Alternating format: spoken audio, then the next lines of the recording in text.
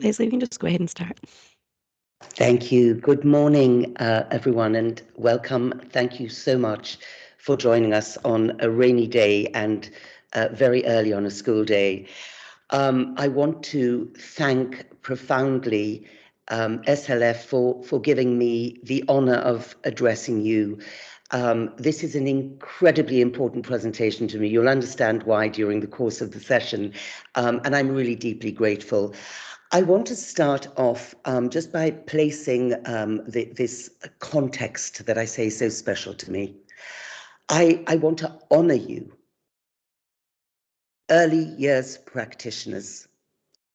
I want to honor you for being the most important people on the planet, in the right job, at the right place, and at the right time.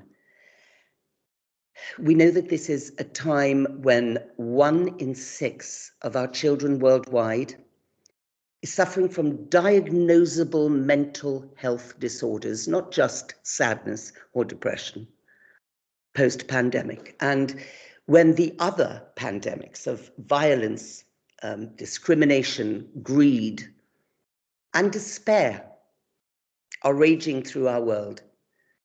And yet, because of you, it's also a significant time for optimism and for hope.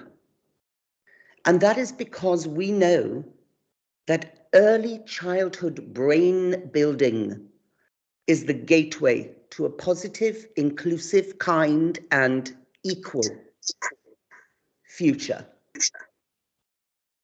And it's you who, with the right tools in your hands, set the foundation for and build the responsible and caring global citizens and leaders for the next generation. It's you who, with love and with respect for our children, enter this purposeful partnership of learning with them, and together co-create pro-social neuropathways for positive future life outcomes. I want to start the Think Equal story. Think Equal is a movement as well as a program. And I want to start where it started and where my journey began. And in doing so, I'm afraid I have to sound a trigger warning. I was a filmmaker until 7 years ago. And I went to India in the wake of the most brutal gang rape and murder of a young girl on a moving bus in Delhi. I think you may all remember that because it was an incident of such brutality that it literally stopped the heartbeat of the world, or so it appeared. And I went to India ostensibly to make a campaigning film, a film that would focus attention yet again on gender-based violence. And when I got there, I have to say, it all sounded quite hollow to me. This notion that I was amplifying the voices of the protesters who gathered in the streets, and I genuinely questioned my whole endeavor and thought, well, is all I'm doing here creating more awareness, and do we really need more awareness? And I came to the conclusion that we absolutely don't, and that the only purpose I could serve in actually staying on and making this film was if I could talk my way in to Tihar jail, the maximum security jail in Delhi, in which these rapists and murderers were incarcerated. And I was so determined to do that that I managed to persuade the Director General to let me in with a film crew. And I conducted 31 hours of interviews over several weeks with those rapists of that girl on that bus and murderers, and others, including one who had raped a 5-year-old girl. And I have to tell you, that those series of interviews changed my life forever. I shall never make another film because films can only create awareness, and what we need now is action, urgent action, and all of it focused in on and concentrated on the early years. And here is how I discovered that. During the course of these interviews, I was amazed to find that all the expectations I had were completely the opposite, as I found them to be. So I thought that these men would be monsters, deranged psychopaths. I tell you, not one of them was anything like that. I would say that all of them were polite, and two of them were actually sensitive young men. It sounds extraordinary when you put that together with what they did, and I am not going to remind you of what they did, but you may well remember.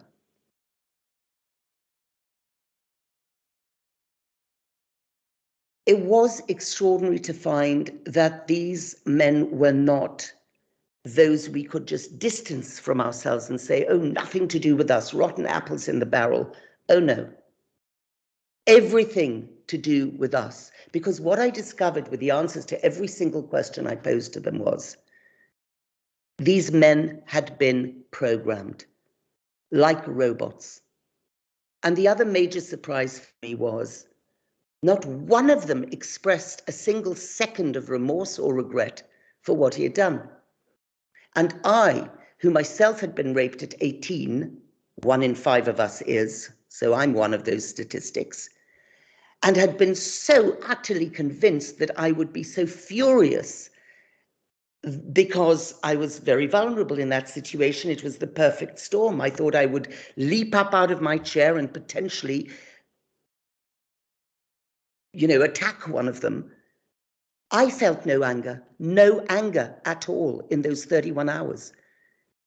Because how can you be angry with a robot? And how can you expect a robot to express remorse or regret? It was so utterly clear that we, when I say we, I mean sociocultural thinking, that culture of patriarchy or that culture of superiority of one caste upon another, whatever the granular details were of each particular rapist and case, that is what taught them to think as they thought. And based on that, they acted. So we are part culpable for all of these discriminations and violent acts. And I think it is really important for us to take accountability for that if we hope to change that. The one thing I discovered in looking at the common thread between these rapists was that only one of them had finished secondary school. And I leapt to the conclusion that their lack of education had a great deal, or must have had something at least, to do with what they did. And then I found myself interviewing their entire legal teams.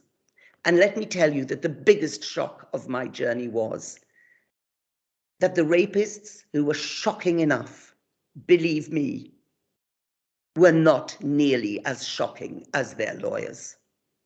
So with all of that high degree of education that those lawyers were privileged to enjoy, they were worse than the rapists. They made the rapists almost at times sound like good human beings. So what does that mean? It means that it is not the education system that we have that can change mindset. And of course, mindset change is what is needed. And that was completely clear from all of their answers. If they're programmed, who programmed them? We did. Whatever we programmed them with, those are the mindsets, those are the discriminatory factors that need to be changed. Well, you can only change mindset through education, but the key became, and this is how this story began, what kind of education? And, you know, Mandela, one of the wisest human beings who ever walked the earth, said, education is the most powerful weapon we have to change the world.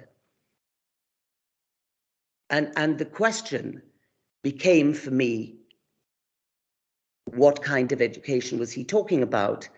And in fact, I found the answer and I'm just trying to open up my share tray now, is everybody seeing the presentation? Please, can you? Yes. You are, that's wonderful. Okay, so here is the quote from Mandela, which gave me the answer as to what kind of education he was talking about. No one is born hating another person because of the color of his skin, his background, his religion. People must learn to hate. And if they can learn to hate, they can be taught to love. And that for me is the crux of this movement and this program of Think Equal, teaching our children to love. I, of course, was no expert at this. I had been a filmmaker. So what I did was I gathered together the experts I could persuade, and mercifully, I persuaded the most glittering array of them, 22 global thought leaders in education, in neuroscience, in psychology, and in human rights, and urged them to come together in a movement to systemically revise the education system globally.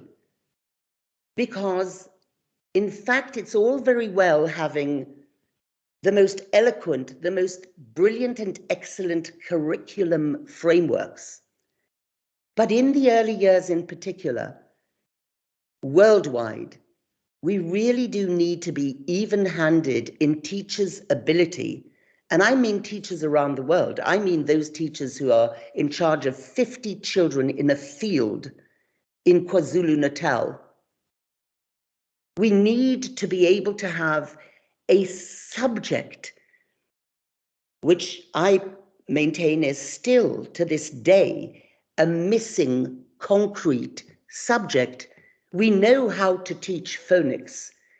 We know how to teach children to read and to start recognizing numbers at the earliest age. But how do we create responsible global citizens who are empathetic, critical thinkers? Who is teaching our children gender equality and racial equality and environmental stewardship at the very time when their brains are being constructed?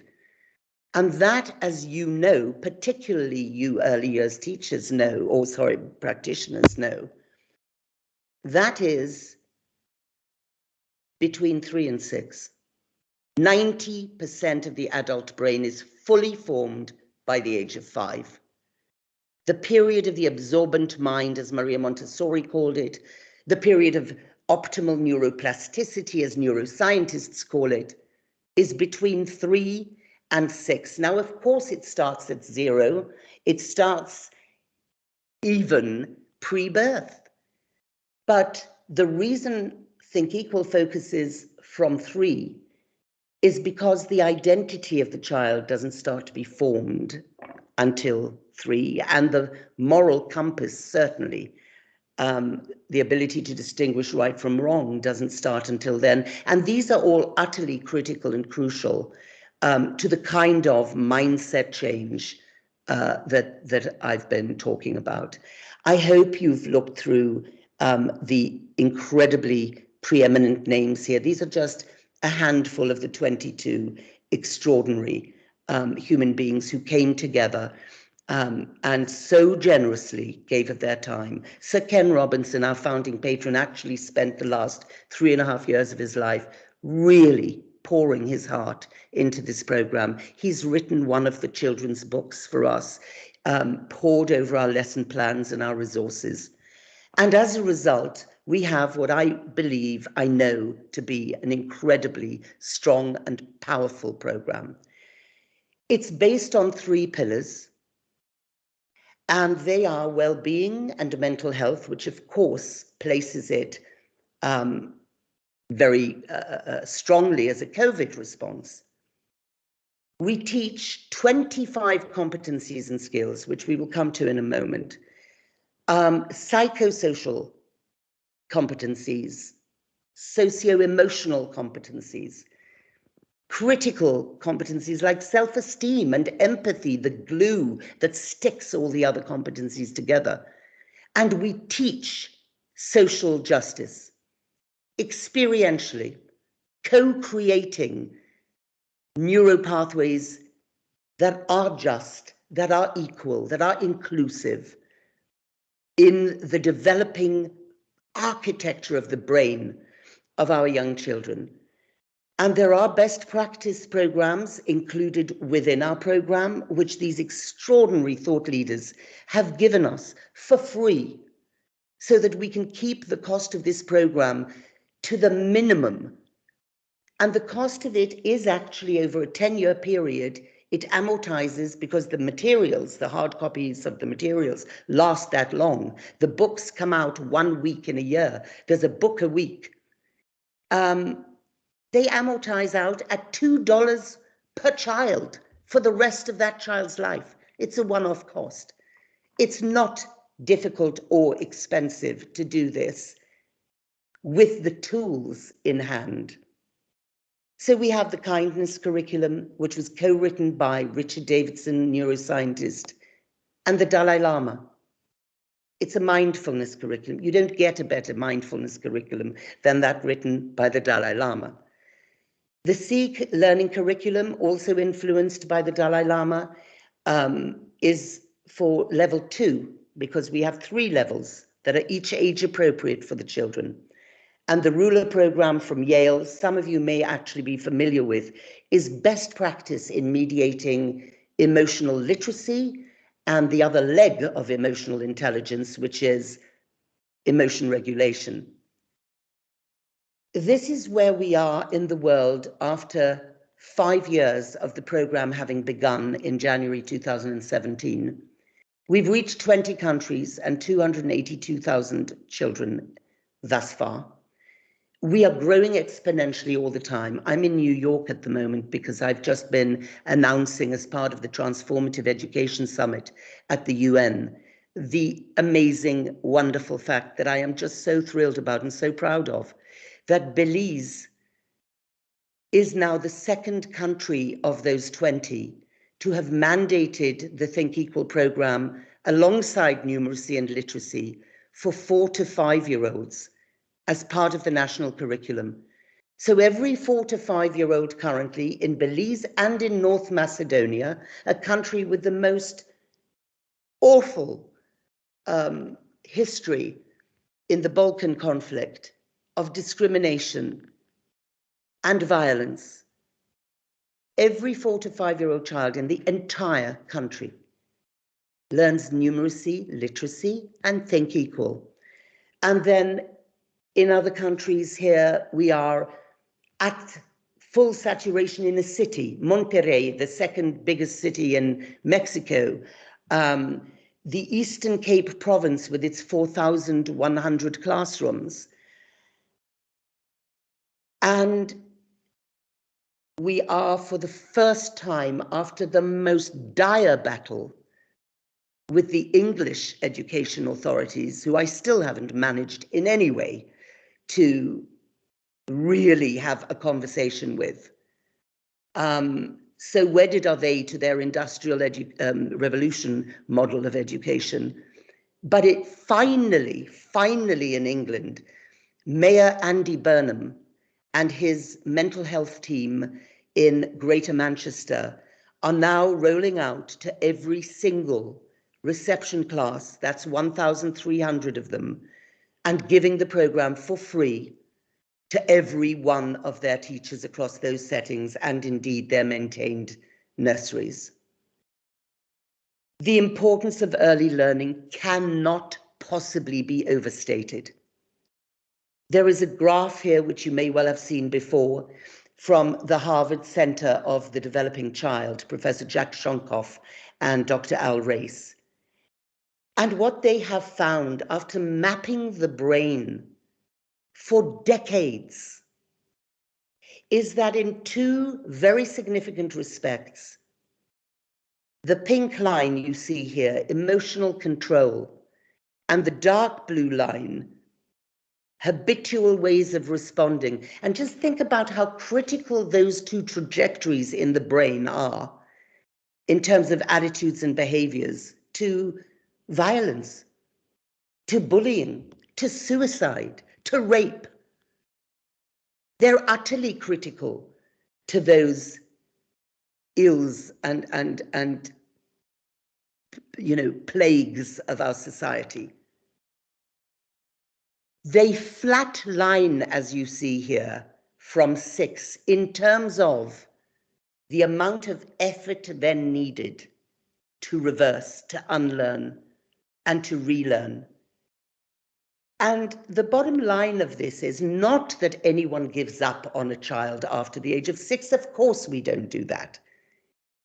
But why would we start off at 6 or 7 or 8 to think about really creating a holistic global citizen who has those, I believe, 25 competencies and skills that are required to live a life in dignity and in respect of the dignity of others? Why would we leave it till then? So that the child has to unlearn what he or she has learned from the society or has gone in by osmosis, because discrimination is generationally and cyclically passed on. So the program itself, the objectives of it are clearly, and I don't need to dwell on this slide because we have already so much made this clear, to reduce negative behaviors and attitudes like stress and anxiety and aggression, to increase pro-social attitudes and behaviors like compassion and self-esteem and inclusion and celebration of diversity and gender equality, and to support children's socio-emotional development and psychosocial development so that they can cope with a world that is becoming increasingly inured to violence, so that we can co-create in the classrooms, in the early years settings, the citizens and leaders that we need for a peaceful world, for a just world and an equal world. In this heart are the 25 competencies and skills that I have been speaking of. Now, we don't have a huge amount of time, so I am going to say that this presentation is fully available to anybody who wants it. And if you just drop your name and email address in the chat, I will ensure that you get this should you want it. The program is constructed on 3 levels, each age appropriate. You see here, starting from the 3 to 4-year-olds in nurseries, effectively, and ending with the 5 to 6-year-olds in the equivalent of year 1. We maintain every single one of those 25 competencies and skills is critical. And of course, the framing question for Think Equal that I ask of every education policy maker, Minister of Education, etc., is this: if we, parents as well, if we really take our duty of care to our youngest, most vulnerable citizens seriously, how can we continue across the world? And I know Scotland is particularly enlightened, but we do have to take responsibility globally now. We are no longer just individual countries. How can we deem it to be really serious and compulsory and utterly important for our children to learn numeracy and literacy, but it's optional for them to learn how to value another human being, to really learn it with tools, tangibly, so that no child is left behind, so that it's even-handed. It cannot be optional. It cannot be optional for our children to learn how to love themselves and how to lead healthy relationships.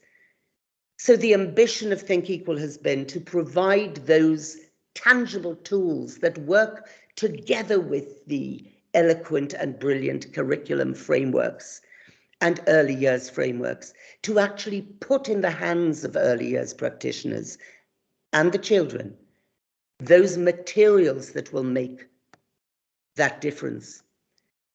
So here you see what each teacher receives. 5 hours of digital training, which is self-paced and self-directed. They're in the form of 15 20-minute modules. And these modules are short films. And they have the experts themselves, Sir Ken, Richie Davidson, the actors, Colin Salmon and Dame Harriet Walter, and wonderful Meryl Streep, amazing actors who come together in one module to give us tips about how to read the stories so that we really engage the children and so that we really grab and squeeze their hearts, because empathy can only be created that way. It cannot be created theoretically by wagging a finger at a child and saying, put yourself in that person's shoes.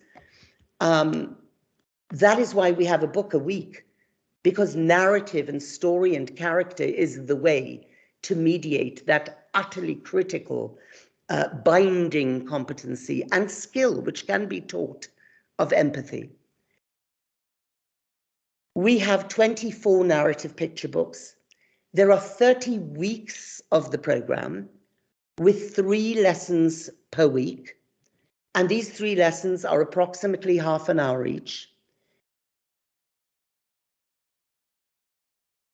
24, of course, 30 minus 24 leaves 6. It's the reason we don't have books for those 6 weeks is that those 6 weeks are the mindfulness program that I mentioned earlier that was co-written with the Dalai Lama. The teachers get a booklet of lesson plans, 90 lesson plans, 3 a week for 30 weeks. They, of course, are a runway for the teacher to take off from. And depending on where in the world that teacher is, or that early years practitioner is, I know I shouldn't use the word teacher necessarily in the early years. I know that in Scotland you don't use that word, but because I'm dealing globally, words stick. But basically, in Scotland, your early years practitioners may well just be able to nod at the basic minimum that is there on that page in that lesson plan, and then take off. You know your styles, you are well trained. But of course, in many countries, that is far, far from the case. In many countries, early years practitioners are treated as babysitters. They're underpaid, they're undervalued, and under-respected, this most important job in the world. So the lesson plans are there, and there are 50 plus resources. There is nothing an early years teacher needs apart from this 4.5 kilogram kit that they get. These are just some examples of the fantastic books which have been written and illustrated by writers and illustrators from all over the world, so that on every page in every book, children who are different, look different, feel different, are all represented. The materials themselves are inclusive. These books here are from a different level. You look at the books and can really work out, I think, what they are about, and they, of course, reflect those 25 competencies and skills. Here on the right are some examples of resources. I'm just having a little time check-in. We're okay. I am actually going to, if I may, just show you how simple, how absolutely straightforward and obvious some of the lessons that we teach our little ones for the rest of their lives are. So here is a resource that actually goes with the book. In the top right-hand corner there, me, myself, and I. And in this book, we celebrate different looks of human beings, different colors of human beings. And each page has such a difference, and each page celebrates. It's me, myself, it's I say, I like myself, hip, hip, hooray. And we go on to say, I like my hair, my eyes, my skin. I like this self that I live in. Now, allied to this book, the teacher in her lesson plan is told to ask a number of questions. She asks the children, do we all have hair? Let's discuss that. And they come to the conclusion themselves that yes, we all have hair, and they discuss and observe and describe the different kinds of hair that there are in the class, and short and curly, long and straight. And then the teacher asks, do we all have eyes? And they go through this same wonderful discussion, observation and description of the different shapes and sizes and colors of eyes. And then the teacher asks, do we all have skin? The children come to the conclusion themselves that yes, we all have skin. And the teacher then asks if we all have the same color skin. Now, whatever the answer is from the child, because the child may be in a class where yes, they do all have or appear to have the same color skin. So the teacher then has her resource, which she shows to the class. And forgive me, I only say she because around the world, 98% of early years practitioners are women. Shows the resource to the class and says, we're now going to go on an adventure, or however she wishes to put it, to find out what colors, what different colors there are of human beings around the world. Because even if we're a homogeneous color here in this classroom, human beings, as you know, around the world are many different colors. So let us start with the girl in the top left corner here. What color is she? And the children will pretty certainly come to the conclusion that that child is white. At which point the teacher asks, well, if she's white, what color is the paper on the side of her picture? So a discussion then ensues, and I've seen this in so many classes in so many countries, and it's just a joy to behold the faces that are a little bit thrown by that, because obviously the paper's white. Well, yes, it's white, but if that's white, well, the girl can't be white because the two colors are different. Well, what about the little girl in the middle there? And the children decide she's black. So if she's black, asks the teacher, well, what color is her hair then? So in one pretty simple step here, we have the children understand that we are mislabeling colors of human beings. And then we draw the hand outlines, and with a black crayon, a brown crayon, which, by the way, we also give because this is in week 1, this lesson, so the crayon comes in with the pack. We show the children that when we put white against the girl's skin in the top left-hand corner, it doesn't match. But when we put light brown, which is on the right-hand side there, it's not showing great in the slides, but they color that in very, very light pale brown, and then the dark brown. It's the light brown that matches that girl, not the white. And it's the dark brown that matches the little girl in the top middle, not the black. And now the teacher is able to come to the conclusion, the children have done all the work, that we are all brown, every single one of us on this earth. We're just different shades of brown. We have the Ruler Program, best practice, as I mentioned earlier, from the Yale Center for Emotional Intelligence. Two of those directors of the Yale Center are on our committee and have given us the Ruler Program. Children come in and plot themselves on this mood meter as far as how high the energy of their feeling is or how low, how high the pleasantness over to the right on the bottom axis, or how low the pleasantness. And they learn to navigate this mood meter, which measures what they are feeling, and to recognize and name their feelings to a degree that many adults actually cannot do. It's extraordinary to behold. Healthy Minds, another example of the many resources we have.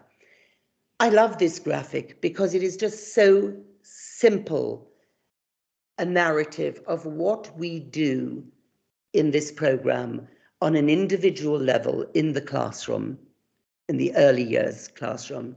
We meet the child exactly where that child is at, be they well-adjusted, neurotypical, or dysfunctional, child with additional needs, traumatized child. We meet the child and embrace that individual narrative with acceptance, inclusion, and love. And we celebrate that child on that individual narrative level. And through our hopeful new narratives in those 24 narrative picture books on every level, through the 25 competencies and skills, we create in that classroom, in that group, a new collective narrative. And it works. It works. We have had thus far 3 RCT evaluations, which are, as you know, randomized control tests, the gold standard of evaluations. And the results are powerful and statistically significant in countries as disparate as Australia, Botswana, Colombia. In Australia, the Beyond Blue program, chaired by Julia Gillard, has given Think Equal a top rating in every one of its 4 categories and has put it on the menu of Beyond Blue as one of 4 out of hundreds of programs that have been top rated in all categories. Over the past 6 decades, there has been an enormous amount of research, and what has been proved absolutely clearly in longitudinal studies over 25 years, 40 years, and even 60 years, is that when quality, tangible, early years social emotional learning is taught experientially, repeatedly, comprehensively to children, it lasts for the rest of their lives. And anyone who wants any of the underlying tests, articles, evaluations, please reach out to me. You'll find my email at the end of the presentation. As a COVID response, we've also created a home toolkit for parents, which comes along for free. We give it digitally, so where there's no charge, we don't charge. We're a charity, or rather a not-for-profit. We do not make any money. We are not a business. Our aim is simply to reach every child in every classroom in every country in the world.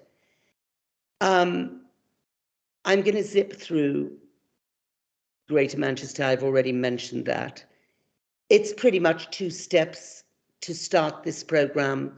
Sign up for the training with us, receive the login, and once the training is complete, you receive not just a certificate, but the box of Think Equal materials.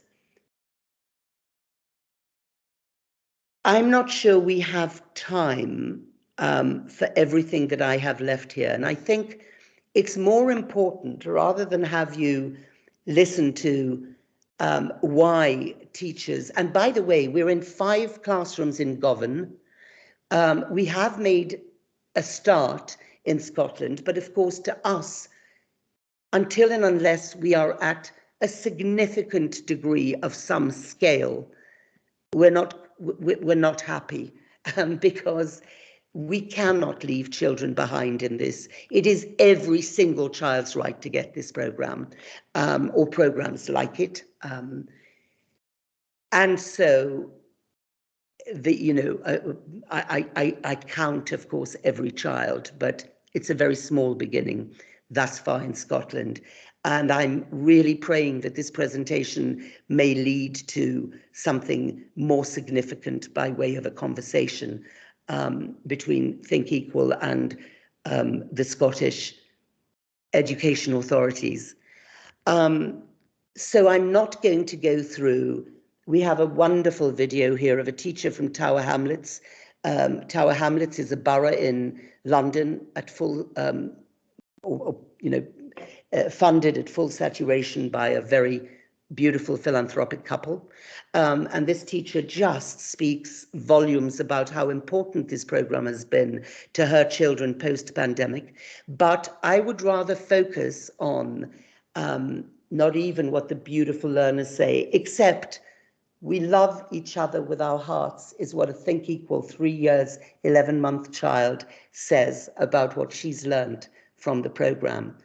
I am going to focus for a bit now on the question, do we talk the same language? Because it is just so important to me to at least know that I've left no stone unturned in my attempts to bring this movement and program. I mean, the movement to some degree doesn't need to be brought to Scotland.